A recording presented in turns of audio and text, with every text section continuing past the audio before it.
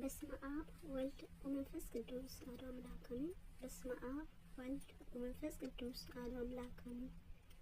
በስመ አብ ወልድ ወመንፈስ ቅዱስ አሐዱ አምላክ አሜን። ሰላም ለእናንተ ይሁን። የቻናሌ ቤተሰቦች እንደምን አላችሁ? ላለው እግዚአብሔር ይመስገን። እግዚአብሔር ሰላም ከሁላችን ጋር ይሁን። እንኳን አደረሳችሁ አደረሰን። የጌታችን የመድኃኒታችን የኢየሱስ ክርስቶስ ዕፀ መስቀል የተገኘበት ተቆፍሮ የተገኘበት ዓመታዊ ክብረ በዓል ነው።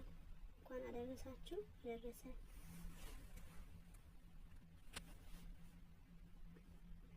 አንድ አምላክ በሚሆን በአብ በወልድ በመንፈስ ቅዱስም መጋቢት 10 በዚች ዕለት የክብር ባለቤት ጌታችን አምላካችን መድኃኒታችን ኢየሱስ ክርስቶስ የተሰቀለበት መስቀል የተገለጠበትና የተገኘበት ነው። የዚህም የከበረ ዕፀ መስቀል መገለጡና መገኘቱ ሁለት ጊዜ ሆኗል። መጀመሪያው የጻድቁ ንጉሥ ቆስጠንጢኖስ እናት በሆነችው በንግሥት እሌኒ እጅ ነው። እርሷም ለእግዚአብሔር ተስላ ነበርና ልጇም ቆስጠንጢኖስ ወደ ክርስትና ሃይማኖት ቢገባ ወደ ኢየሩሳሌም ሄዳ መስቀሉን እስካገኘው ድረስ ልትፈልገው በኢየሩሳሌምም ያሉ ቅድሳት መካናትና አብያተ ክርስቲያናትን ልታነጻቸው ነው። ከዚህም በኋላ ልጇ አምኖ የክርስትና ጥምቀት በተጠመቀ ጊዜ እሌኒ ቅድስት ወደ ኢየሩሳሌም ሄደችው። ከእርሷም ጋር ብዙ ሰራዊት ነበረ። ደርሶም ስለከበረ መስቀል መረመረችው። ቦታውን የሚያስረዳት አላገኘችም። የአይሁድ ወገን የሆነ አንድ ሽማግሌ ሰው አስራ በራብና በጥም አስጨነቀችው። በተጨነቀም ጊዜ ለንግሥት እሌኒ የጎልጎታ ኮረብታ አስጠርጊ ብሎ ነገራት። እርሷም ይጠርጉ ዘንድ አይሁድን አዘዘቻቸው። ቤቱ የሚጠርግ ሰው ሁሉ ጥራጊውን ውስጡ የከበረ መስቀል ባለበት በጌታችን መቃብር ላይ እንዲጥል አይሁድ አስቀድሞ አዘዘው ነበርና። ንግሥት እሌኒም እስከ ደረሰችበት ጊዜ ከ200 ዓመት በላይ ጥራጊያቸውን ሲጥሉበት ኖሮ ኮረብታም ሆነ። አይሁድም በጠረጉ ጊዜ 3 መስቀሎች ተገለጡ። የክብር ባለቤት ክርስቶስ የተሰቀለበት የትኛው እንደሆነ አላወቁም። የሞተ ሰው አገኝተው አመጡ። አንዱንም መስቀል አምጥተው በሞተ ሰው ላይ አኖሩት፣ አልተነሳም። ደግሞም ሌላውም መስቀል አምጥተው በሞቱ ላይ አኖሩ፣ አሁንም አልተነሳም። ከዚህም በኋላ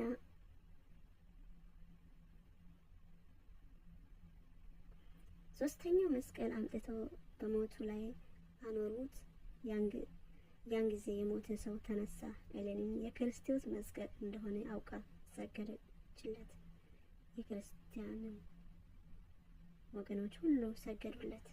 ስለ ልጇ የላከችው ይህ መስቀል ነው የሚል በሌላ መጽሐፍ ይገኛል። የቀሪው ግን ግንዱ በውስጡ ተተክለውበት የነበረው ከእርሷ እኩሌታውም ከቅንዋት ጋር ወደ ልጇ የላከችው ነው። ከዚህም በኋላ ስርዓታቸውን ያንጽታቸው ነበር። በመስከረም ወር በ17 ተጽፎ የሚገኘው አብያተ ክርስቲያንን የከበረ ቦታም አነጸች። ሁለተኛውም በሮም ንጉሥ በሂርቅያስ ዘመን የሆነውን ሲሆን የፋሪስ ሰዎች በግብጽ አገር ሳሉ ወደ አገራቸው ሊመልሱ ወደዱ። ከሽማምንቶቻቸው አንዱ የጦር መኮንን ተነጥሎ ወደ ኢየሩሳሌም አልፎ ደረሰ። ወደ ከበረ መስቀል ቤተ ክርስቲያን ገባ። መስቀሉም በላዩ በተተከለበት ግንድ ፊቱ ታላቅ ብርሃን ሲበራ አይቶ ሊያየውና እጁን ዘረጋ። እሳቱ ወጣ፣ እጁን አቃጠለችው። ከክርስቲያን በቀር ማንም ሊነካው እንደማይችል የመስቀል ክብር ነገር ሰዎች ነገሩት።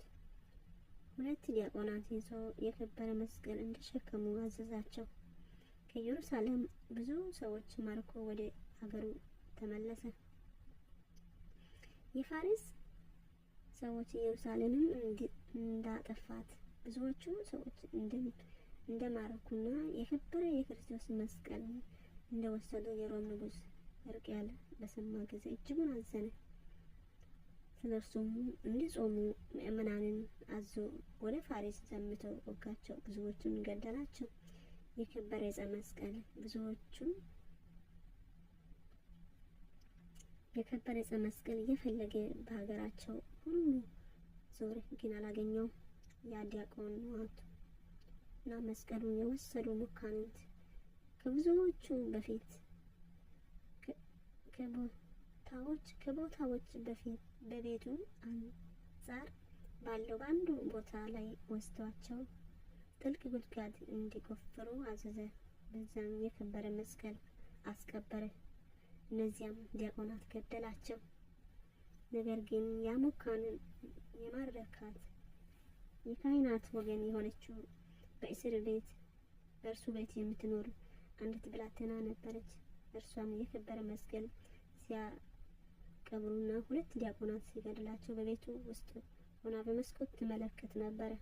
ወደ ንጉሡ ሕዝቅያስ ሄዳ መኳንኑ ያደረገ ሁሉ ነገረችው።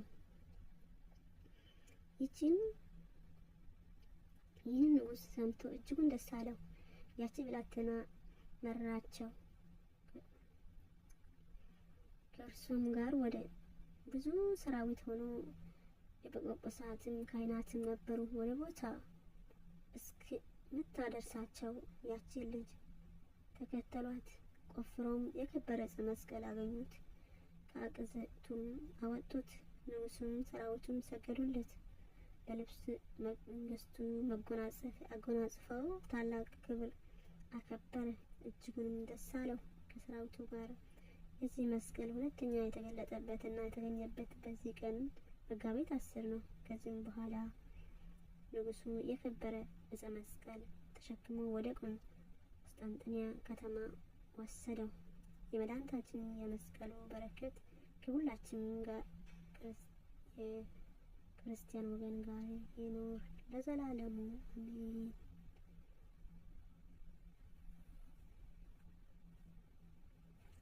አርኬ ሰላም እብል እፀ አዴኖ ለምሉም እንተ ተሰቅዬ ወየ እምገብኦ መለኮተ ዳሙ በዛቲ ዕለት እንበል የእዱ ገሰመ መስቀል ተረከበ እምዛት ሀብ ወገብረ መድንን በኢየሩሳሌም ቅድሜ ወፋሪስ ገዳሙ ስብሐት ለእግዚአብሔር።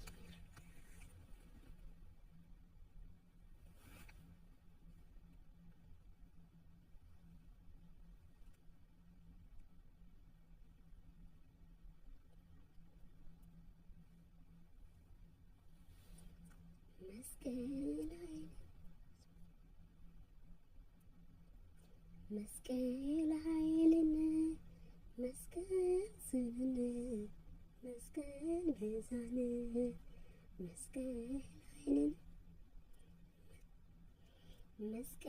ኃይልን መስቀል ስኑን መስቀል ቤዛን